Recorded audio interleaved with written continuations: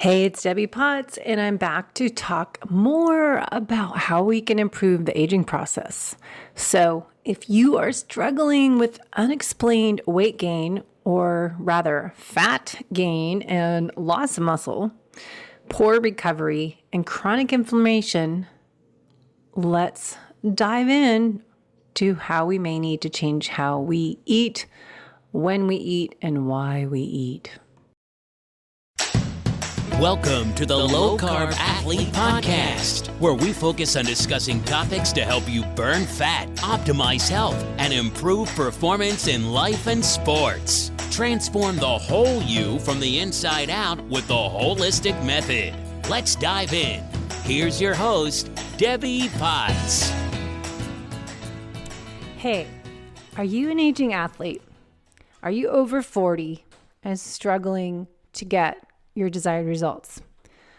I understand your frustrations. If you're like me, you're trying to get your running back or your cycling back or whatever sport you love to do, and you just can't figure out what's missing in your performance gains. How is your training and fueling program working for you? That's what I do. I personalize your nutrition and health program for you based on a bunch of different things. We collect data, collect clues from nutritional therapy assessment, from a food log with symptoms. Look at your genetics. If you've done something as DNA Fit, look at blood chemistry panels. Let's look at functional lab tests as a Vibrant Wellness wheat zoomer to test if you have leaky gut and sensitivity to wheat, peptides in foods. Look at food sensitivity labs. And Dutch tests, look at your hormones. So we look at all these hidden internal sources of chronic stress that may be impacting your ability to burn fat, improve performance, and longevity. So if you want to talk about how we can personalize your fueling, training, and performance plan, let me know. Set up a discovery call. Head to my website, debbiepotts.net, and reach out. Set up a call and we can chat about how I can help you be the best version of yourself. So you can stop blaming the aging process and instead change your mindset that you're embracing the change, that we train differently in our 40s and up versus what you did when you're 20, 30-year-old. We need to adjust how we eat, when we eat, why and how, but also match our nutrition with our exercise program and add some more health building lifestyle habits into our day. I call this all the holistic method comprehensive coaching program, where I work on individualizing clients' nutrition, exercise, stress reduction, sleep, movement, time outside, digestion and gut health, hydration, and my favorite, happiness, play, and laughter. So if you want to know more how you can be your best self, live your best life, and perform your best, head to debbiepotts.net, schedule a discovery call with me, and we can get started on your new health building journey. You can be that amazing athlete and stop blaming the aging process. Have you gotten Dr. Gabrielle Lyon's new book, Forever Strong? I am so excited to finally start reading the book, as I have been looking forward to this information for a couple years since I met Dr. Gabrielle Lyon and did an interview with her back in February 2020. Ever since then, she has inspired me to really prioritize protein and not focus so much on how much fat I am eating. Personally, I fill up and feel more satisfied, full, and lack of any need to eat for a lot longer when I eat more protein. That is looking more at your metabolic type, genetics, and I think how you're eating. So I have been really trying my best to eat more protein and animal-based protein, because we'll talk over different episodes about the need to get the full amino acid profile with the right amount of leucine to hit the right amount of protein you need to help muscle protein synthesis. So check out Dr. Gabrielle's new book. Look at her website. I really would love for her to do a online course and I'll be a coach, but I'll explain what the Muscle-Centric medicine, what it is, because I really am a strong believer in this, as I have said a bunch of times this past year. Since I lost my dad last year, he had hurt his back and went into the hospital because he had some kidney issues, but he couldn't move for a week before that because he did something in the back. No one could figure out what it was. And then he went in the hospital and had bed rest, no movement every day because they couldn't get him up.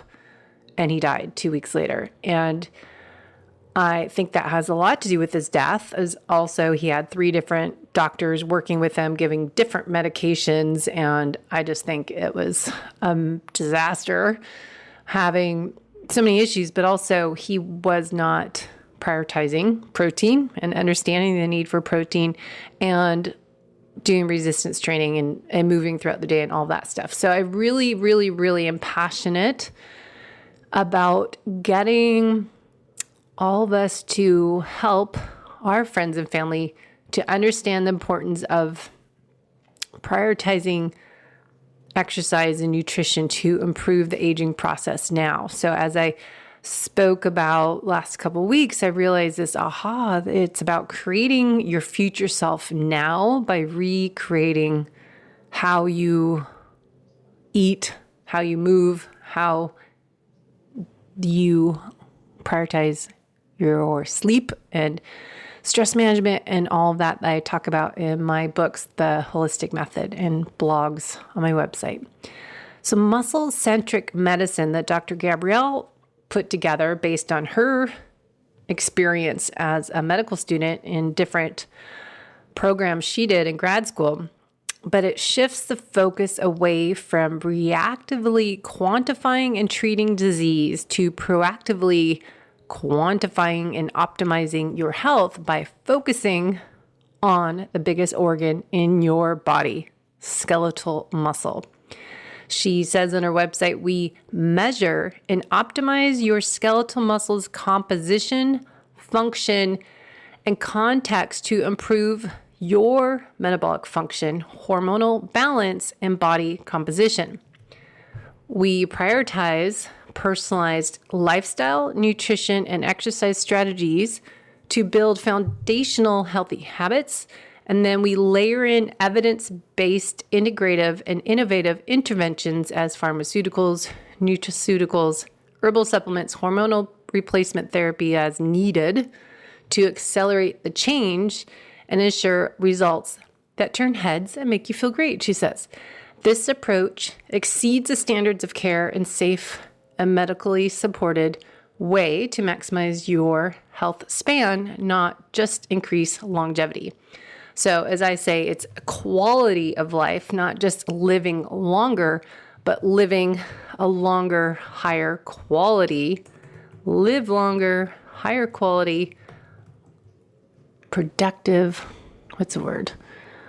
just quality of life. I want to thrive every day as I get older and not struggle. So let's dive in today to the nutrition part of how to build muscle, how to optimize our longevity by focusing on the skeletal muscle.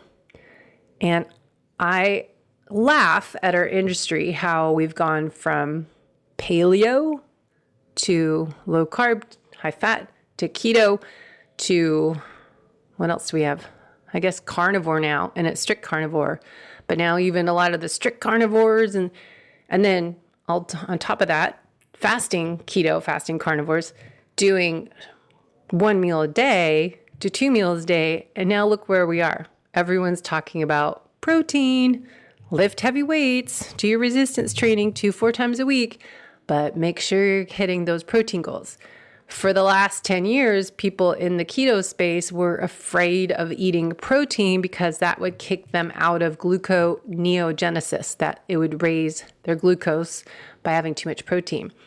But then, as we all do in this industry, all right, keto, let's only eat fat. We can't have any protein and carbs. So then people realize, oh, we were doing that too much.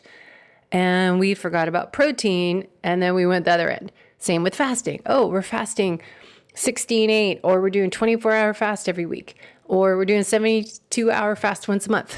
Then we realize, oh, we're fit and active individuals. We can't perform our best and help recovery repair when we're not eating. So it's kind of a joke if you sit back and look at what's happened, as I do all the time, reflecting, okay, now where are we going? It's just back and forth. But I totally am on board, and I do not think this is a trend to focus on longevity, improving the aging process, by looking at it the lens that Dr. Gabrielle Lyon sharing about how to live forever strong in her book and her Muscle-Centric mindset, and looking at how we age and how we start to get sarcopenia, losing muscle at age 30-something. And I think a lot of my adrenal exhaustion that started when I was 42 years old, to be exact, 10 years ago, I was doing what I thought all the right thing with doing low carb, high fat and exercising. And then I got into fasting, which I think set myself back again and kind of relapsed into adrenal fatigue. And then I had some stressful life experiences that set me back, and working with toxic people that just make you stressed out every day. I had to remove them. I had to move. And so there is something to prioritizing the protein throughout the day in doses, not eating 100 grams all at once, that we want to look at the research, how to best stimulate muscle protein synthesis and timing our workouts, as we are all listening here, I assume, fit and active individuals. So less is more in the fasting, less is more on the workouts as we age, and more quality workouts, less volume. So I'm taking information that I'm gaining from Dr. Stacy Sims in my peri and postmenopausal course I've been taking all year to be a better coach, and practicing my own medicine as I'm turning 50. How old am I? 52 this weekend. And I really think it is about time, as you're in your 50s, to start taking care of what you need to do now to improve yourself at 80, 90 years old. So let's dive in to some information, and I will try to do a video so you can see all this information on my YouTube channel. But for now, you can click on the links below in the show notes. All right, here we go. So I'm all about trying to figure out how to get more protein in as our first meal of the day and post-workout window. And it is not easy, I must admit. I also exercise early in the morning. I'm an early riser, 4:35 a.m. I'm at the gym lately at 5:30 a.m., some days at 5. And I am also swimming some days at lunchtime for my master swim workout. So figuring out what to eat, when, and the why would be to improve my muscle protein synthesis, as I am perimenopausal for the female listeners, and I am on a mission to improve my body composition. So I think the new trend word would be recomp. I want to recomposition, lose fat, gain muscle, and be lean and strong. As I've noticed, it's been challenging, even though I was doing the same thing the last year or two, I think after I turned 50, I have to work harder and be more, not creative, but planning in advance my workouts and nutrition. So to have more protein around and different strategies in working. So you can follow me on Instagram. Low Carb Athlete was my handle, but I'm trying not to say that I'm zero carb, and that's what people think when I say low carb. And I am prioritizing protein and healthy fats, but I don't want to say I'm no carb. So I think looking at the Instagram as Coach Debbie Potts is a little easier to follow. Now, I liked what Dr. Gabrielle Lyon says on her website. Focus on what matters most for quality of life and longevity. That just nails it, right? So let's focus on not just training for races. This hopefully is your off season and then you're working on improving your foundations, your areas of opportunity or your limiters this winter to prepare yourself to do an amazing race season next year, but also start planning on the perimenopausal stage, which is 10 years before you actually hit the one day in time that's menopause. And then we go into postmenopause for the females. So what to eat? Let's focus on that today because there's so much to talk about. So Sean Wells is an amazing, brilliant, many degrees. What is he? Called the ingredientologist. But he just had this great article that came out, 10 signs that you are shifting from burning glucose to fat, and talk about 10 signs your body's shifting to burning fat is great things is muscle joint pain, mood swings, fatigue, headaches, intense food, sugar cravings, anxiety, flu-like symptoms, brain fog, skin flare-ups, gut issues. Those are great tips that you know you're a fat burner rather than a sugar burner. And people always ask that. Now, how does that have to do with what to eat for protein, muscle protein synthesis? I think this is coming to the confusion of being metabolically flexible, that we want to burn fat to change your body composition, but we want to gain muscle. So instead of thinking of fat loss, we should be focusing on how I can improve my body composition by not eating less and working out more, but instead lifting, more resistance training, and eating more protein with healthy fats combined should be naturally fatty meat, should have the fat in there. And timing your carbohydrates that are from real food quality sources in and around those workouts that are more anaerobic, which we should be doing more of. We'll talk about another episode. But to be metabolically flexible is often a conversation we have, and people are afraid to have more protein because they think they will be kicked out of utilizing fat as their main fuel source. So metabolic flexibility is our body's ability to switch from high levels of fat oxidation during fasted states to increase carbohydrate utilization during feeding states. And being inflexible is related to insulin resistance. So you can take yourself down this rabbit hole of metabolic flexibility and avoiding having inflexibility, inflammation, obesity, insulin resistance, which happens as we age. For females, getting our estrogens lower, we become, and progesterone impacts our insulin sensitivity. So instead of just focusing on zone 2 training and keeping your carb count down, maybe we need to change our mindset, which is what I'm doing on the aging athlete protocol and the female specifically aging athlete protocol, by adding in those fuels that you need to hit more of a HIIT workout, anaerobic interval session, and lift heavy weights. So instead of focusing on just eating fat and being scared of carbohydrates, we want to be scared of the refined sugars, the refined flours, the vegetable oils, the inflammatory foods.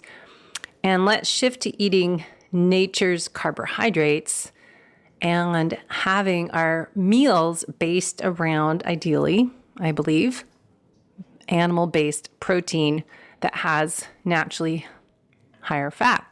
So vegan and vegetarian, it's a little more challenging to get those protein goals, to get the right, as I said, leucine in the metabolic or the amino acid profile. So being focused on metabolic flexibility by eating more fat to burn fat doesn't work the same as we're older. And I think looking at metabolic health, and we've got the insulin resistance leading to type 2 diabetes, and looking at our cardiometabolic risk factors known as metabolic syndrome, linking obesity, type 2 diabetes, and cardiovascular disease.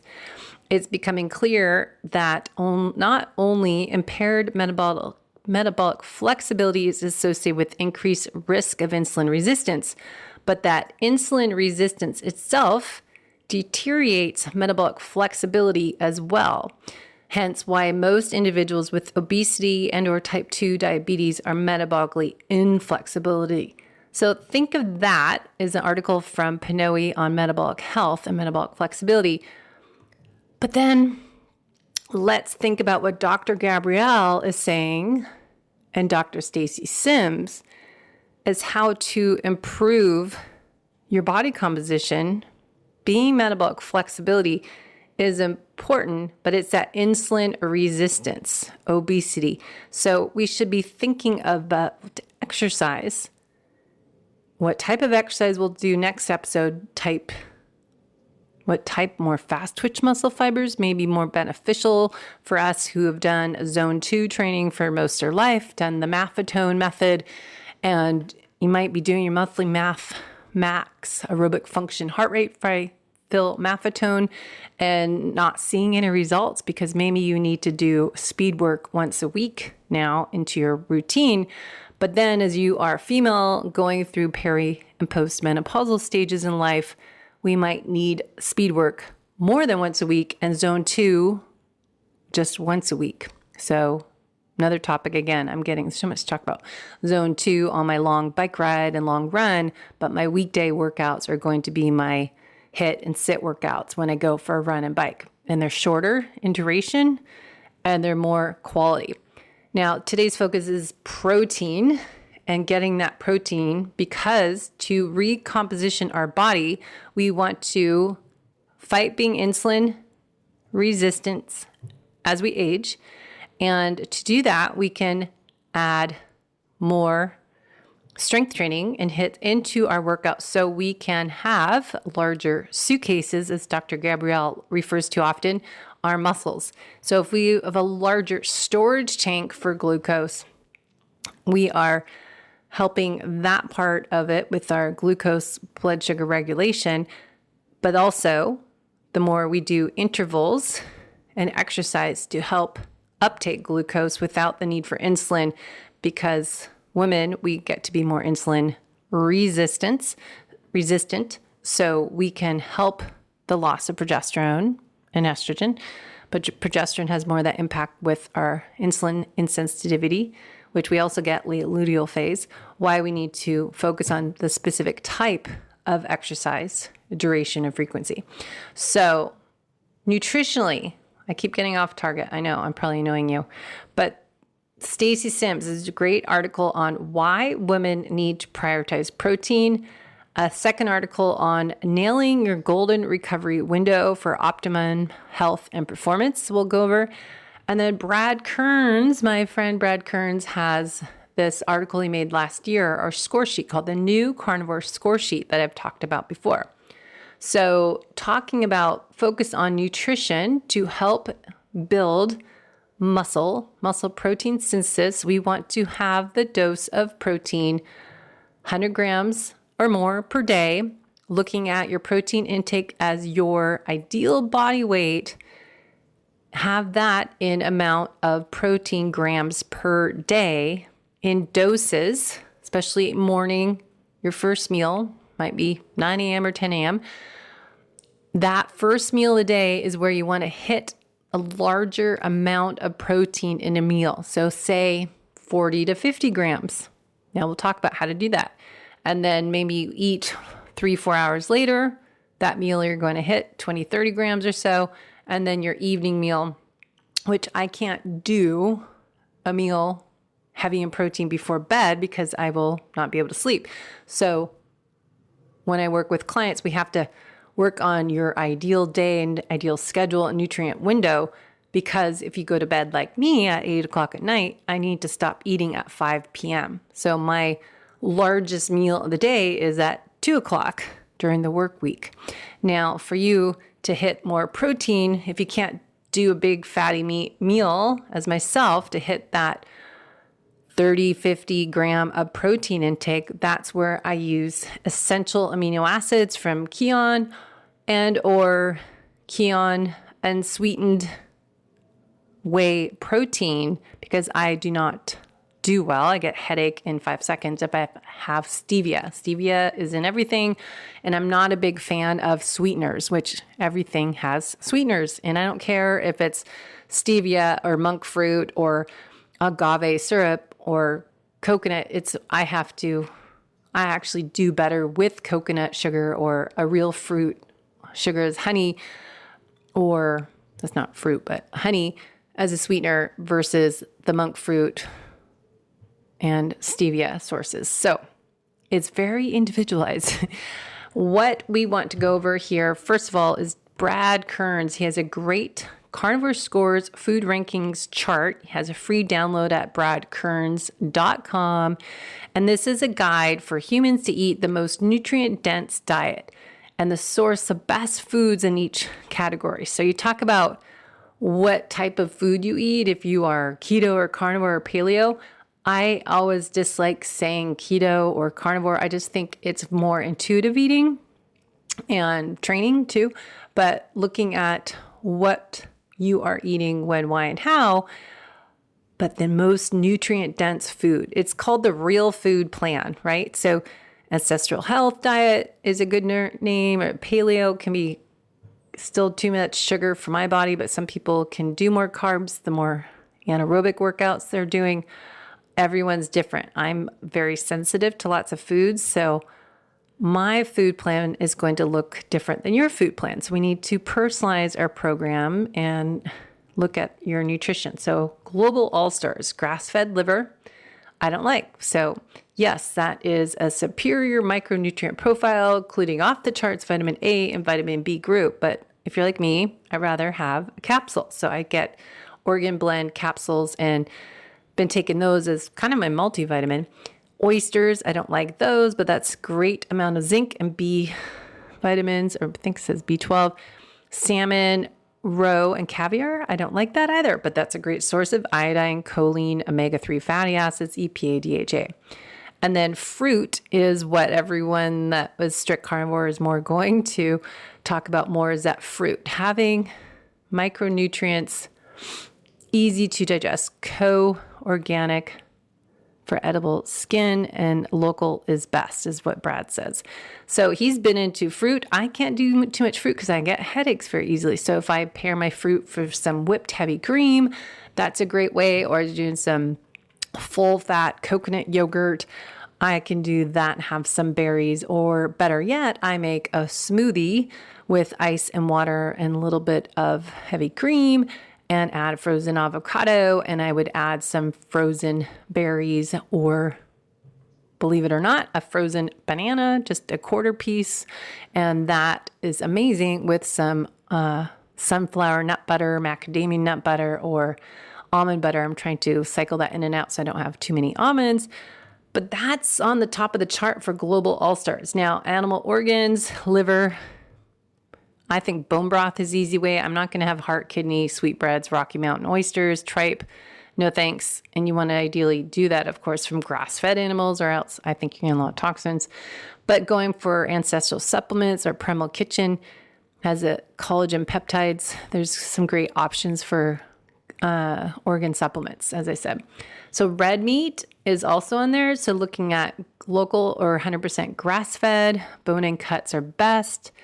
There's other red meat that some people, I don't do, but I'm newer meat person, but buffalo, bison, elk, lamb, venison, and healthier animals with no mass production. So that's on chart level 2. Then we have eggs.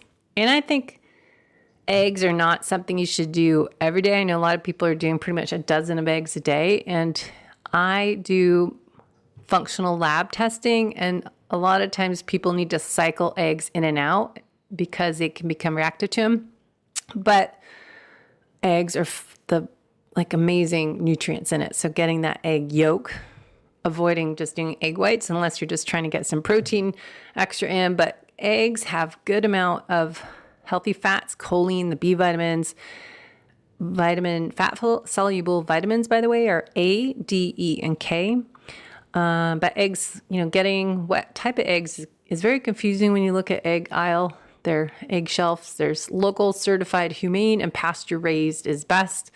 Looking at eggs that you can get that are from local is here. I found a place that I see when I bike ride out in Ramona, and they have the eggs cruising around, or eggs, the chickens cruising around. Then they lay their eggs in their little mobile home.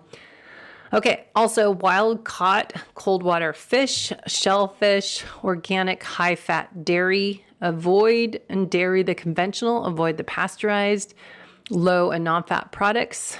So you want to choose raw cheese, kefir, milk, cream cheese, heavy cream, sour cream, full fat yogurt is going to be a better option than pasteurized for sure. Now, chicken, turkey, and pork are the lower part of the list, below actually the high fat diet, or high fat dairy. But remember, we're looking at maximum nutrient dense chart. So choosing only local, 100% grass-fed, pasture-raised poultry, heritage breed pork. So then Brad has a chart. Colorful, nutritious, easy to digest plant foods.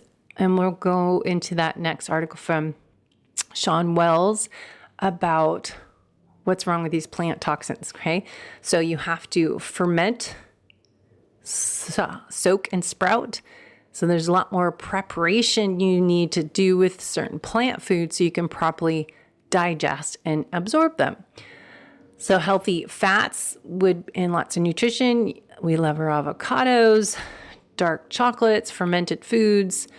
Vegetables can be, look at that on our other list, that are properly prepared to neutralize the toxins. So cooking them the right way to neutralize toxins, getting the fruit, the berries and stuff in season.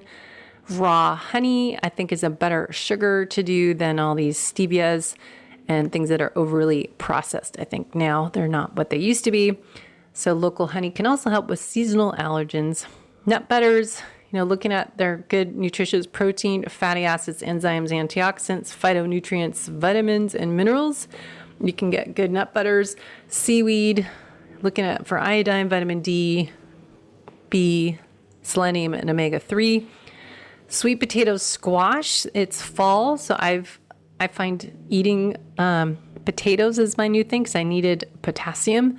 So getting more potatoes in as my carbohydrates when I'm needing a little more carbs or my body feels like it needs some. Sweet potatoes, russet potatoes, making them really yummy, sliced as French fries, wedges, or cut up with butter and sea salt is really good.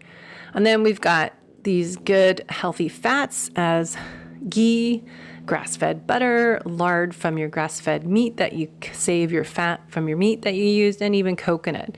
Extra virgin olive oil that's cold pressed that you don't use at high heat. That's a low heat, or just put over cooked food. Now, supplements where needed is the word what supplements are. They're supplementing what you can't get enough of. So grass-fed whey, and that is where I'm trying to get post-workout. In my 30-minute window, we'll talk about that magic window, golden window for female athletes. Men can wait up to 3 hours post hard workout. Creatine, we've heard a lot about. Dr. Stacy Sims talks about it, Gabrielle Lyon, and Cynthia Thurlow. Ben Greenfield, we know we need about 5 grams of creatine per day. And so supplementing that amount is often needed because it's hard to get enough through your food. Magnesium, organs, vitamin D3, I find often with K2 is needed for people. So those are kind of supplements to look at. I think organ meat capsules are just a good all-in-one supplement to take for your vitamins and minerals. And then the whey with creatine, I know Brad has that available on Amazon that you can get together. And then magnesium, I like Bio-Optimizers, or I get Seeking Health with B6 to help it absorb better in my body. But you can get discount on all those with our low-carb athlete code. Now, what to drink? Mineral water. I like Gergelsteiner has the best mineral profile. Brad talks about kombucha. I don't do well with kombucha, gives me a headache, but herbal tea, organic coffee, protein drinks, bone broth is that time of year. Bonafide Provisions is my favorite bone broth, actually made companies local in Encinitas here north San Diego, and they have the best bone broth, I think. And if you're buying the cartons on the aisles, I would do the test that if you heat up, do not use a microwave for your bone broth, but if you heat up your bone broth on the stovetop, have a cup left over, so put that in the refrigerator.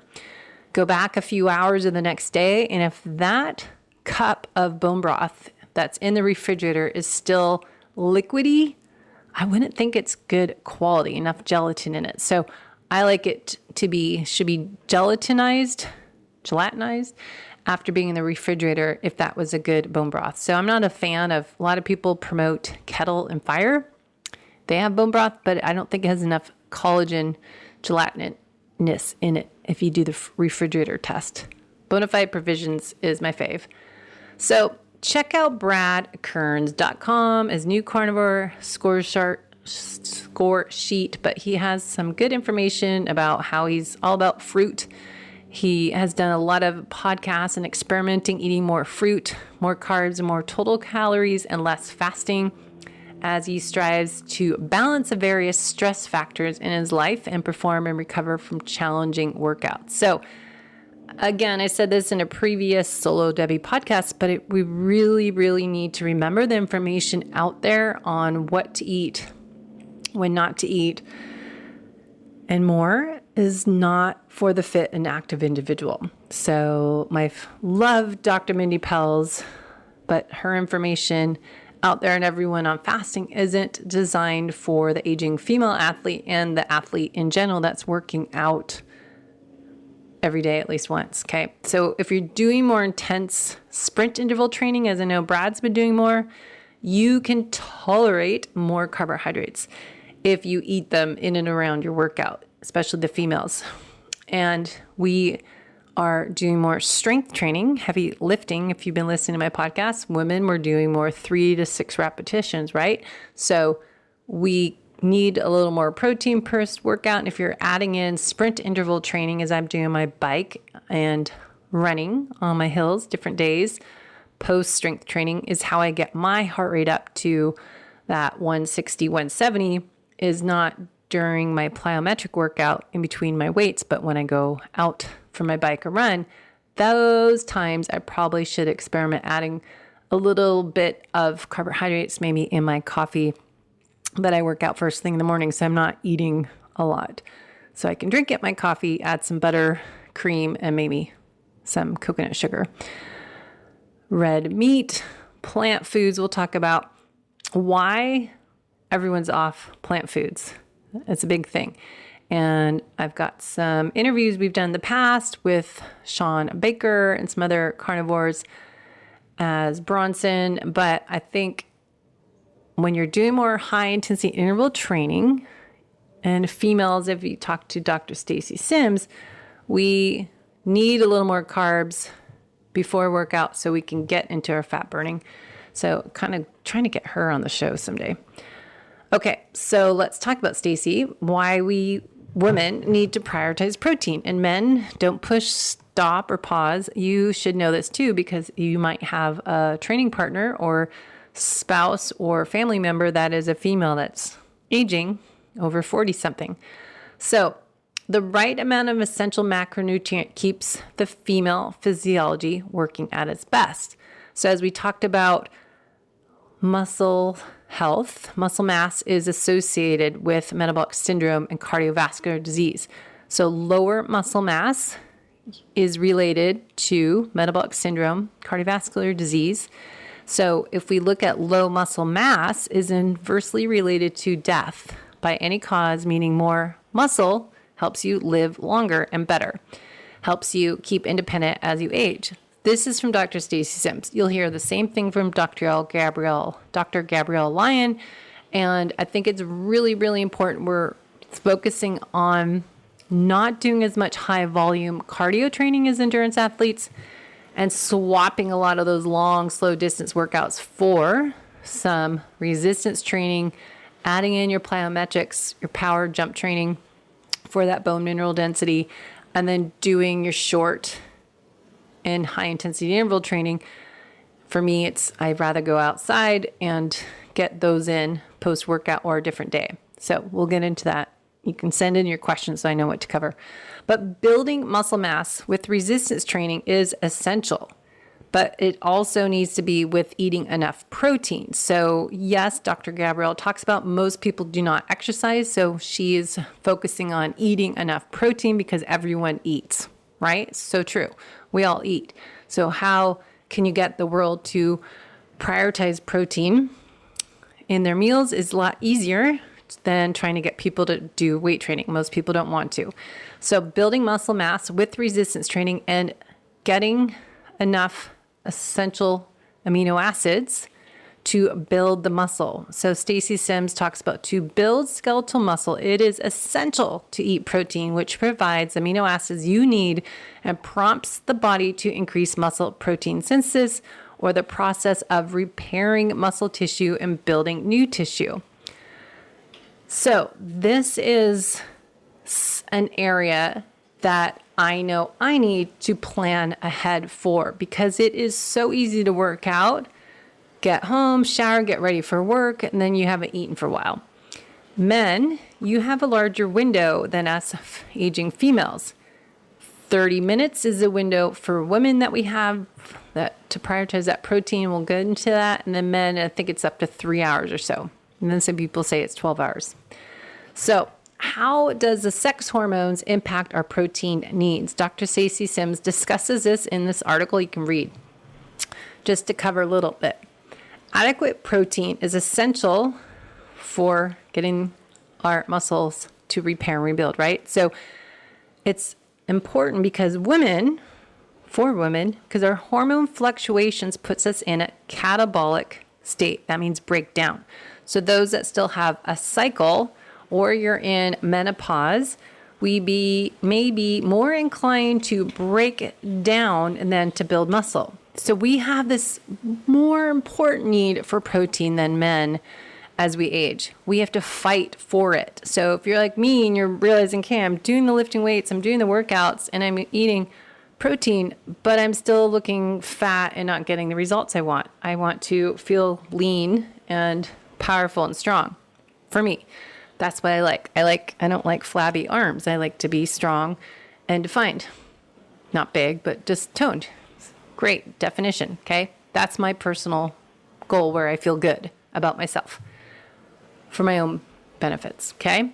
So to hit the protein goals as you are getting older with lower hormones, we have to change how we fuel and how we train.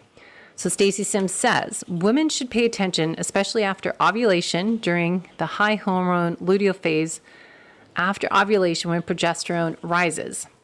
Progesterone breaks down protein as well as carbohydrates and fats to provide amino acids as the building blocks for the uterine lining. So we need a slightly higher dose of protein in time when we have progesterone elevated. So women that are cycling your late luteal phase after ovulation, you need to focus even more on getting more protein in during that time, not going with the carbs. So to mitigate the effects and maintain our muscle mass.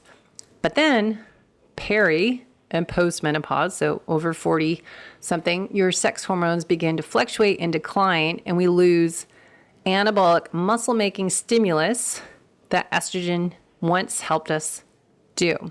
Estrogen, we're losing that estradiol, E2. So we need to make up for that loss of estrogen that helped us be more anabolic, muscle making. So what do? We need to change how we fuel and train, starting with eating more protein to pick up the slack of where hormones left off. So the changes we need to make as we are peri and postmenopause are based on the lower hormone levels. So you can't change this problem by taking hormone replacement drugs, therapy, HRT. You need to actually lift heavy weights and eat your protein. That will help change your body composition, build more suitcases, get metabolism higher, not focus on just bioidentical hormones. So women, how much protein do we need? We are active, fit females. If we're a strength and endurance athlete, we need plenty of protein to start our training and recovery. So Stacy Sims talks about 1.7 to 2.4 grams of protein per kilogram per body weight. I like just simple. If you are in North America, going by pounds, ideal weight, as I said, Dr. Gabrielle Lyon goes higher, 1 gram of protein per pound of ideal body weight. Research indicates that undergoing calorie deficit, higher level of protein intake will help keep your lean mass and lose body fat. So if you are not eating enough, so you make sure you're getting that amount of protein in and not eating less, okay? So if we're trying to lose weight, we want to focus not on fat loss, but increasing lean body mass to increase our metabolism.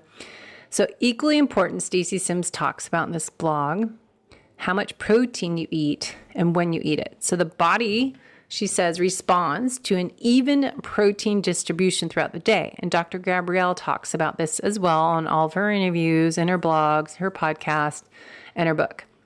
We have to dose it evenly throughout the day, say every 3 to 4 hours. Premenopausal women aim for 30 grams of high quality protein. That, for me, is animal-based protein. 30 to 45 minutes after exercise, and regular doses of 30 to 40 grams, maybe up to 50. If you listen to Gabrielle talk about the first dose should be your highest. So 30 to 50 grams of high quality protein. So spacing that out, and everyone, we all need at least 100 grams of protein a day. It is not easy. One egg, I keep telling people, is 6 grams of protein. So today I used that sous vide tri-tip meat that actually had sugar on it, of course, in the sauce. But if you look at that at Costco, I just heated that up with some butter and had some sea salt on it and ate that around 9:30 this morning.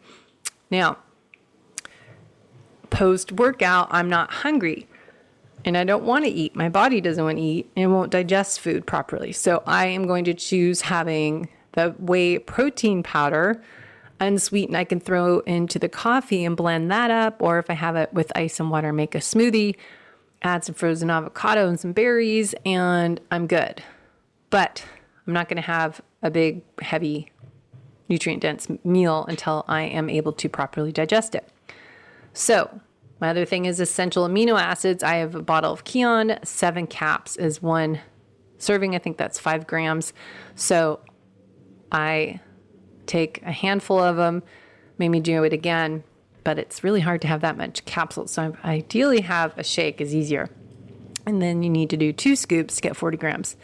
So remember, as you reach peri and postmenopause, our anabolic resistance increases. So you need to aim to have post-exercise closer to 40 grams. So typically protein powder, whey protein is 20 grams, 18 grams. So you need to have 2 scoops.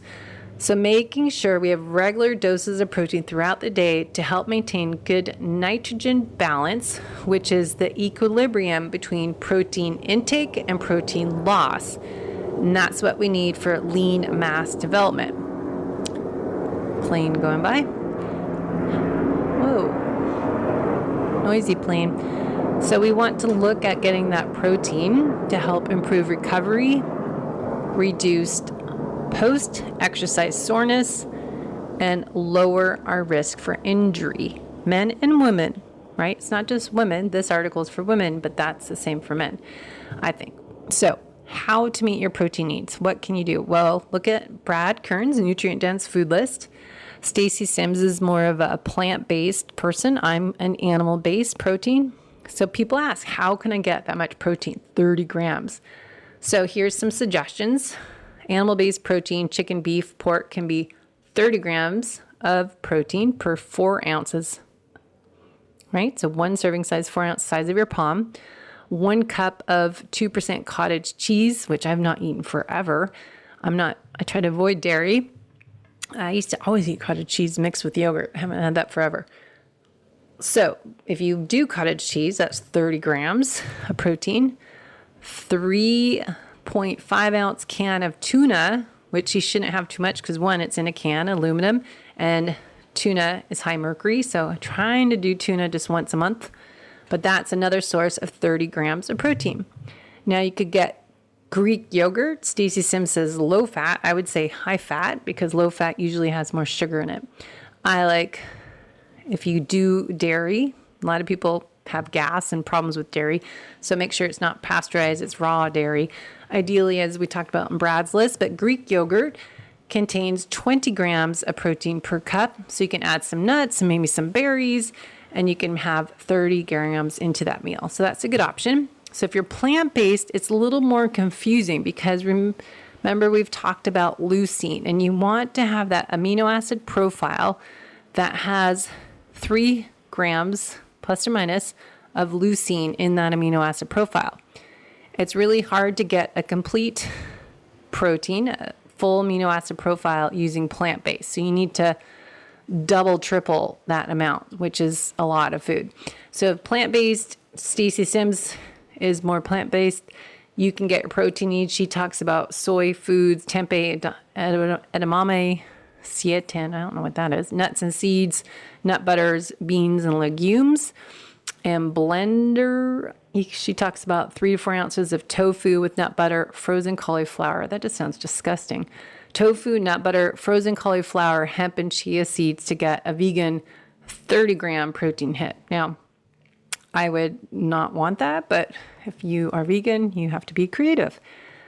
Nail your recovery, your golden recovery window for optimum health and performance. Stacey Sims had this article out a couple years ago, and this again is a good one to reread. So I'll put that link in the show notes, but really going over that recovery window, 30 to 45 minutes, whereas men can go up to 3 hours. After that point, our insulin sensitivity declines. So this takes your muscles longer to absorb the glucose from your bloodstream. And as a result, your overall glycogen storage is lower. So you're more kind of eating post-workout. So your next workout is going to be great. So you can nail your intervals or nail your strength training workout with plyometrics. So 2 to 2.5 hours later, Stacey Sims talks about for female athletes, our glycogen storage rate drops by 50%. So eating immediately after a hard exercise delays this decline in insulin sensitivity. That's important for women in this transitional period of time who may already be more insulin resistant because of the hormone changes. So we need to prioritize protein in that recovery snack. So women, even more than men, need protein to post-workout, and we need it quickly. So even the sex hormone progesterone exacerbates muscle breakdown in women. So this makes us more catabolic breakdown, remember, as we talked about before, in that luteal phase. So women still cycling, women around menopause, we need to get more protein in throughout the day, post-workout, and really focus on planning ahead. We recover faster with 30 grams of protein with 5 to 7 grams of branching amino acids within 30 minutes of a hard workout. Now, if it's a more anaerobic workout, adding a little carbohydrates as some berries or a frozen banana, just a half of one is a lot, that can help increase our glycogen storage rates. Carbs and protein together post-exercise can help reduce inflammation and boost immunity. So we don't want to not eat after our workouts, and I'm not hungry, so having some essential amino acids, having a liquid protein is easier for me, but you need to make it ahead or bring a shaker bottle with your powder and add water. I've been trying to find Orgain. I had a grass-fed whey protein, but then it has all this crap added into it. So it's really impossible to find any packaged food companies making a clean protein. So you have to make your own. We do not want to stay in a breakdown state. We often, men and women, longer workouts too, you're increasing cortisol. If we are already stressed, women, we already have a lot of stress because of our hormones declining. Life in general for us athletes trying to fit too much in a day, we're usually experiencing a lot more of chronic stress, higher cortisol. Or if you've been doing that long time like me, you have too low of cortisol, not enough. So it's that Goldilocks effect. So if we add on another source of stress by doing too much of anything, creating more chronic stressors by doing something as not eating post-workout, as I've done many times after a long run Sunday morning, go run errands, go for a walk on the beach, get some coffee. And that's the only nutrition I was getting until maybe we got home at 2:00 in the afternoon. That doesn't help me reach my health and fitness goals and my body recomp or fuel me for the next workout. So you have to be organized and plan ahead before and after your workouts and your meals, especially during the week. You might need to meal prep on Sundays to get that protein in. You have to grocery shop every few days or get meal delivery, as Paleo Valley has their wild, what's their meat service company, or there's Butcher Box we used to use. We stopped doing it because we didn't like the quality of meat. So finding something locally, or we go to Sprouts or go to Costco, sometimes find some grass-fed meat and beef. So the whole point is we need to do resistance training. We need to hit our protein goals, not just focus on fat, and not be afraid of real food, carbohydrates in and around your workouts when you are doing what we need to do more of: resistance training with plyometrics, doing short intensity interval training, sprints that go up to your zone 5, come all the way down to zone 1. So that's your 10 to 30 second burst training. And or you're doing HIIT training that, say, it's 30 seconds up to under 5 minutes of interval pieces that you're in zone 4 to zone 5, coming down all the way to zone 1 to make it true interval. Those workouts require the right amount of fueling so you can go hard and get your heart rate up that high. So having the right amount of fuel on board and post-workout so you're fueling for the next workout is really essential, because the rest of the time we're burning fat.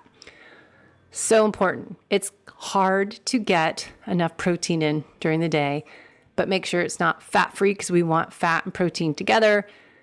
Timing it so you figure out what your best macronutrient profile is for you based on your metabolic typing, looking at your genetics, looking at your workout time of day you're working out, what type of workout, duration, intensity, and also when you are sleeping, and timing all of that, your ideal day. So lots to talk about, but I'd love to hear from you, what you are learning. I know everyone's talking about Dr. Gabrielle's new book and about protein, and everyone's talking about menopause for the female athlete, and we hear it all out there, and everyone's kind of switching their mindset from eating keto all fat to getting kind of a keto carnivore real food diet. But I don't know if I like to even say keto carnivore. It's just a real food ancestral health diet.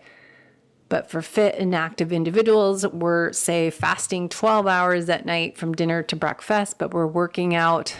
Time of day you're working out is going to maybe change that. So that's why we need personalized coaching. So if you want to avoid being in a breakdown state, catabolic, you want to be more of an anabolic state to help repair, rebuild, and recomp your body, we want to look at what we're eating, when, why, and how. And not eating post-workout can be a stressor. So this could be also not eating enough, especially days we're running around, we're not meeting our total energy needs. Proper fueling before and after workout can help prevent going into state of, Stacy Sims says, low energy availability. So if we're planning on making some adjustments with our fueling and training program, making sure we're looking at what I'm doing, the PNOE metabolic testing, find out your metabolism at rest. If you can come see me in San Diego, come to Solana Beach, Del Mar, I can do your resting and exercise test, figure out what you need now to get your calories you need per day with and without exercise. So if you're doing any sort of changing of your calories, make sure you're not doing them around your workout. So if you're trying to lose weight, don't sacrifice the calorie nutrient timing around your workouts, because then you're not going to have a good workout.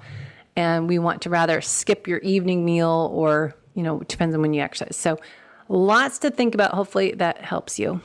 Let me know your questions, comments, and what you want me to dive into a little more. Look at the links in the show notes to read these articles yourself.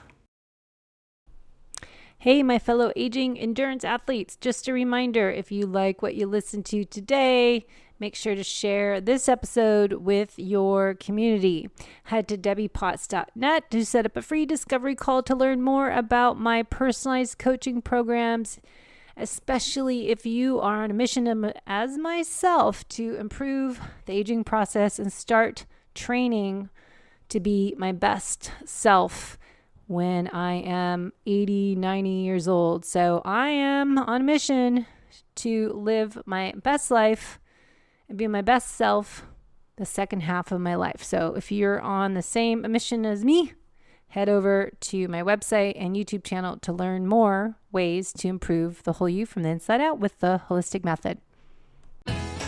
Thanks for listening to the Low Carb Athlete Podcast. If you have any questions, feedback, or topic suggestions, let us know on Facebook or at debbiepotts.net. You can help us continue and grow by leaving a review on iTunes. Thanks again, and see you next time.